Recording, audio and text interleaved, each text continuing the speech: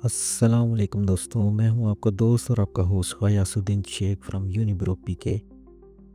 दोस्तों, आज मैं आपको लेके चलता हूं एक ऐसी जगह पे जो सिर्फ जापान की नहीं बल्कि पूरी दुनिया की स्पेस रिसर्च में अपना एक मकाम रखती है। जक्सा स्पेस सेंटर स्कूबा। ये एक सफ़र है साइंस का, टेक्नोलॉजी का और इंसानी हिम्मत का, जो हमें आसमानों की बुलंदियों तक लेके जाती है। तो चलिए शुरू करते हैं।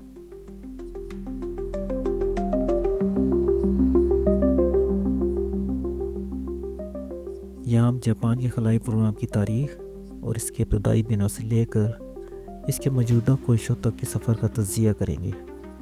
जेक्सा का फुल फॉर्म या मतलब है जापान एरोस्पेस एक्सप्लोरेशन एजेंसी। ये जापान की स्पेस एजेंसी है जो 2003 में इस्टेब्लिश हुई।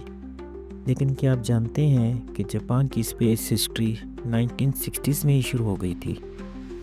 जापान एशिया का पहला मुल्क था जिसने 1917 में अपना सैटेलाइट उसुमी ऑर्बिट में भेजा था। तब से लेकर आज तक जेक्सा ने दुनिया को स्पेस एक्सप्लोरेशन में नए आइडियाज़ और नई टेक्नोलॉजी दी है।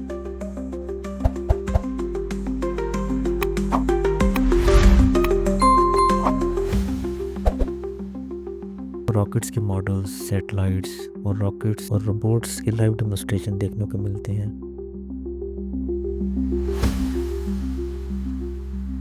और यहाँ हर चीज़ बहुत ही फ्यूचरिस्टिक लगती है। हर आइटम एक अपनी ही कहानी बताता है जापान के स्पेस प्रोग्राम के कारनामों और कामयाबियों के बारे में।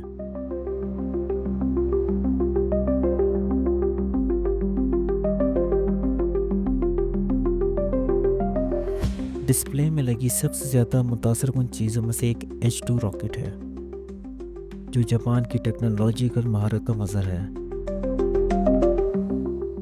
इस ताकतवर लॉन्च व्हीकल ने मुतअद्दिद सैटेलाइट्स और खलाई जहाज़ों को मदार में भेजा है। जब हम एक रॉकेट की लॉन्च देखते हैं तो हमें हैरत और हौसला अफजाई का एहसास होता है। यहाँ का सबसे ज़बरदस्त सेक्शन है हायाबुसा मिशन का डिस्प्ले। असल में हायाबुसा एक एस्ट्रॉयड मिशन था जिसमें जापान ने एस्ट्रॉयड इतोकावा के सैंपल्स कलेक्ट करके वापस अर्थ पे भेजे थे। यह में पहला successful asteroid sampling mission.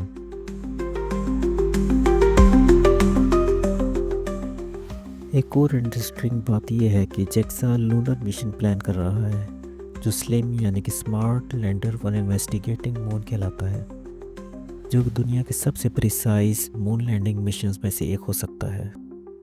Japan का इरादा है कि वो सिर्फ मून पर लैंड ही ना करे बल्कि लैंडिंग एक पिन पॉइंट लोकेशन पर बिल्कुल परफेक्ट हो।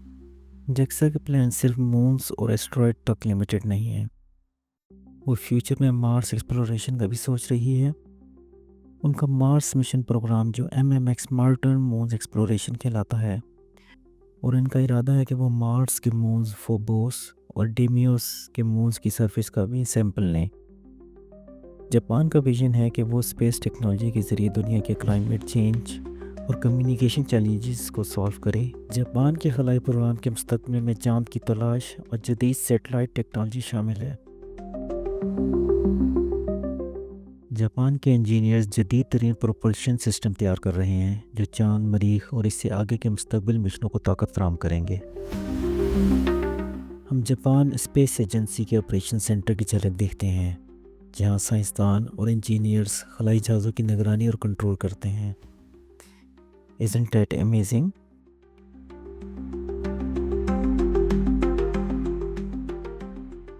जेक्सा स्पेस सेंटर सिर्फ देखने का मज़ा ही नहीं है, यहाँ आप इंटरेक्टिव एक्टिविटीज़ में भी पार्टिसिपेट कर सकते हैं। फॉर एग्ज़ाम्पल, यहाँ एक VR सिमुलेशन है जिसमें आप एस्ट्रोनॉट्स की तरह ISS के अंदर का एक्सपीरियंस भी कर सकते हैं।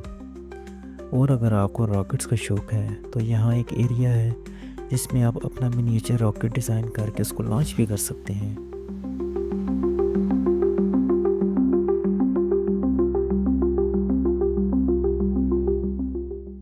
जब हम सेंटर के अंदर घूमते हैं तो हमें जापानी खलाबाजों के लिबास का नमूना भी मिलता है।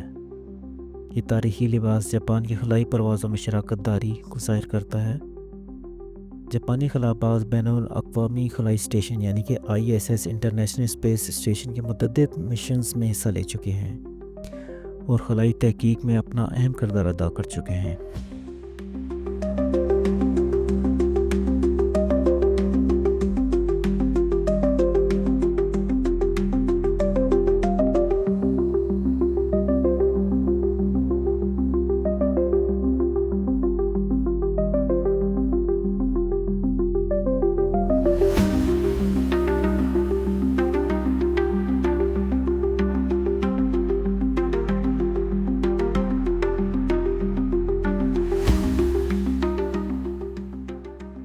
क्या आपको पता है कि जेक्सा का इंटरनेशनल स्पेस स्टेशन ISS के लिए एक डेडिकेटेड मॉड्यूल भी है।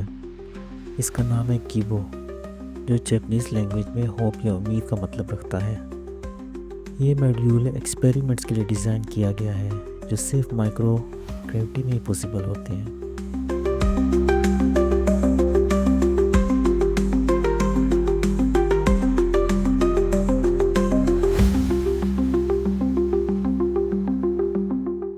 जापान स्पेस एजेंसी का दौरा एक हकीकी तौर पर मुतासिर तजर्बा है।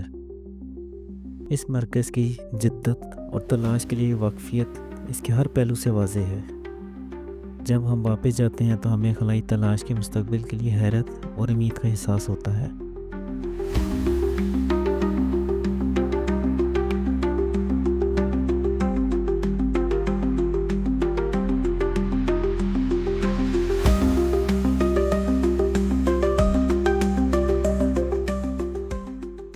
दोस्तों, ये था हमारा आज का टूर जेक्सा स्पेस सेंटर का। साइंस और टेक्नोलॉजी के लिए जापान के कमिटमेंट को देखकर एक बात तो समझ आती है, अगर हम मेहनत और डेडिकेशन के साथ काम करें तो हम भी अपने मुल्क को नई बुलंदियों तक लेके जा सकते हैं। अगर आपको ये वीडियो पसंद आई है तो लाइक और शेयर ज़रूर करें, और अगर आप जापान की स्पेस प्रोग्राम के बारे में और